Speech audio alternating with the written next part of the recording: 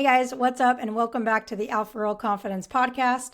On today's episode, we're going to be talking about tryouts, all right? And I know that we're in the middle of February, and so tryouts isn't for quite a while, but I just had an experience where tryouts is fresh on my mind. So there may be some people listening that have tryouts coming up, but most people probably won't have tryouts till May. So make sure that you kind of bookmark, save this episode for you to review. But this is also just good things for you to remember in your practices as well. All right. So the reason why I wanted to talk about this today in February is because about 3 weeks ago or so, I helped coach the Sac Republic, which is a USL team here in Sacramento. I helped coach their open team tryouts.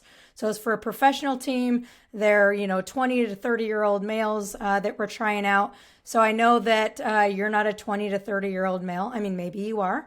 But this is going to be relevant no matter what sport you play, no matter how old you are, no matter if you're trying out for a club team, trying to try out for an open tryouts for a college team, or if you're trying out for a high school team, middle school team, whatever it is.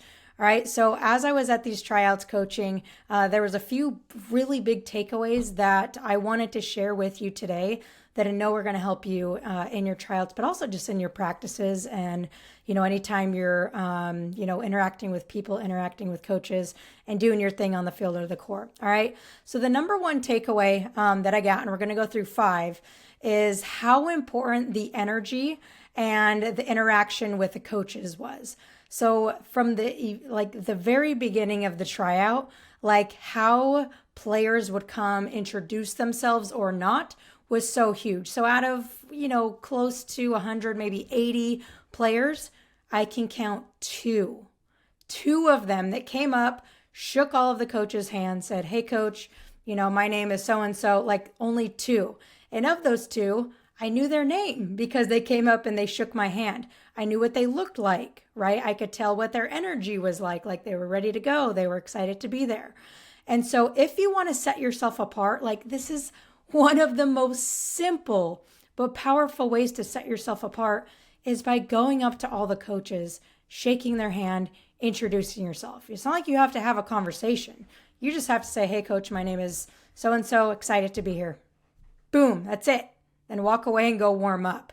Okay, so simple, but so powerful. And then also too, not only at the beginning, but at the end, right? So at the end of the tryout, instead of just walking away after, we're breaking it down, a couple of them, more than at the beginning, would come up and shake hands and just be like, "Hey, thanks, see you tomorrow." So it's really important to do this at the end and the beginning, all right? Again, so simple, but most players, I don't know why, I guess there's a fear around it, won't do this thing. So I really encourage you to do this thing. And then speaking of the beginning, number 2 is to show up early and actually warm up, actually prepare. Big no-no here is do not show up 5 minutes before the tryout to go check in and then just walk onto the field and start. No. That is very unprofessional. And I know that if you're listening, you're probably not trying out for a professional tryout, but it's still unprofessional to show up 5 minutes early and just go. You need time to warm up. You need time to prepare. So that's number 1. But number 2 is don't just show up early and just stand there or talk to your mom or your dad. Show up early and get juggling, get shooting, get passing, get moving, get stretching, whatever you need to prepare yourself. Go do that, right? Because that was something that I was watching during that tryout was all right, who's here early on the team, the specific group that I was coaching, who's doing their thing, seems like they have a good routine going on, because we're looking for professionals, right? We were looking for professionals to, show up and join the team. And so make sure that number 1, you're showing up early, but also that you're actually warming up, moving, whether that's by yourself or with other people, but show up early and start preparing. All right. Number 3, okay, number 3 is the interaction and attitude towards others. So towards the people that you're playing with. Okay, and there was something so specific, which is why I put this on the list. And that when you're at a tryout, there's going to be a lot of people that you don't know, right? So at this specific tryout, there wasn't any team, people that really knew each other. It was probably 70, 80 strangers all just put into a group and having to play with each other, right? But one of the things that turned me off the quickest with a couple of the players was that they started arguing with each other. And it wasn't like productive arguing. It was just arguing and yelling across the field. And it was an immediate turnoff because I'm like, okay, they don't know how to interact with other people. Not that you can't disagree with other people, but there's a way to do it. And the way they were doing it, I was like, this probably isn't the good fit, right? So how you interact with other people, how you interact with teammates, right? And so on a positive side of that, there was a gentleman that like he noticed the two arguing and he stepped in, he kind of shut it down, had a conversation, and that really showed a lot of leadership. And he actually ended up being one of the better ones. So like, yes, talent is so important, but the things I'm talking about here are also just as important. Okay. So number one, don't be someone that likes to create drama and creates fights and argues, but can you be that person that, yeah, if you disagree with someone, that's fine, but can you do it in a way that you're not screaming across the field and being unproductive? Like there's a way to have a productive conversation if there's a disagreement. So I just really wanted to bring awareness to that because I don't think that's something that's thought about at tryouts. A lot of time tryouts, you're just thinking about like me. It's all about me and showcasing my skills, but it's also like showing up to how are you going to be a good teammate, right? Because especially in women's sports, men's sports too, but especially in women's sports, it's so important to be a good teammate and to have good team chemistry. So if you show up to the tryout and show that you're not going to be a good teammate, like it doesn't matter how good you are. Like I've cut girls in the past, like when I was coaching a long time ago because of the team dynamics, even though they were like really good. So that's a huge one. All right, number 4, I think we're on number 4 is how you respond to mistakes, right? So I always say this because this is always such a huge fear and it's totally understandable in tryouts that like, I don't want to make a mistake.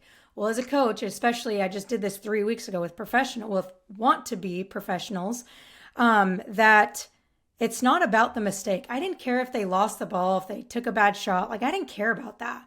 I just cared how they responded to it.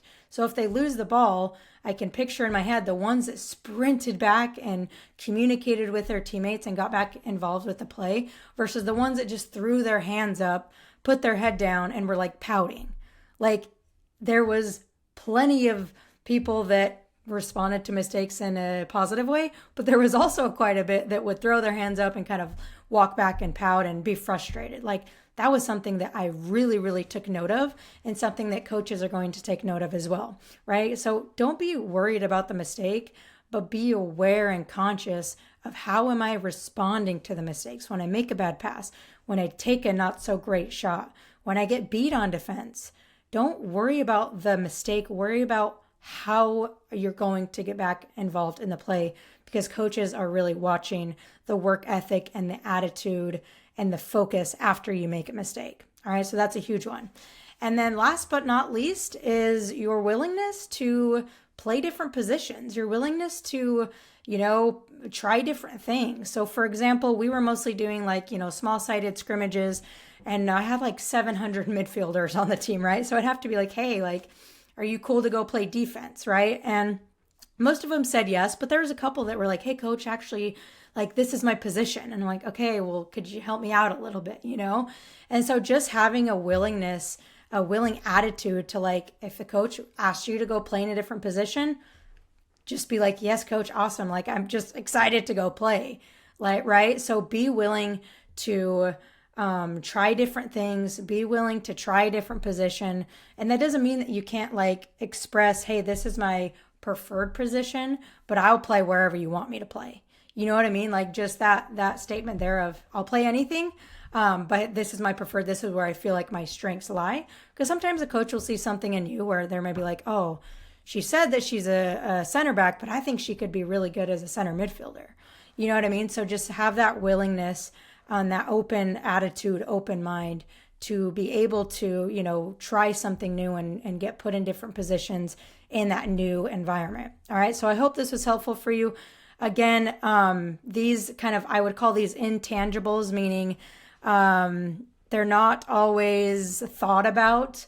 They're really important, but it's not about the skill. It is about the skill in tryouts, But these things I'm talking about, like, even if you're not the most talented player on the field, you can still make an impact. You can still make a really good first impression and stand out if you do these 5 things. And if you do have the talent and you are one of the best and you don't do these 5 things, like, that's not going to help you. So regardless of how you feel about your talent and where you stack up against other people, which is a little bit harder to control, you do have control over all these things, which is one of the most important things about these 5, right? Like, you have control over whether you go introduce yourself to the coaches. Anyone can do that.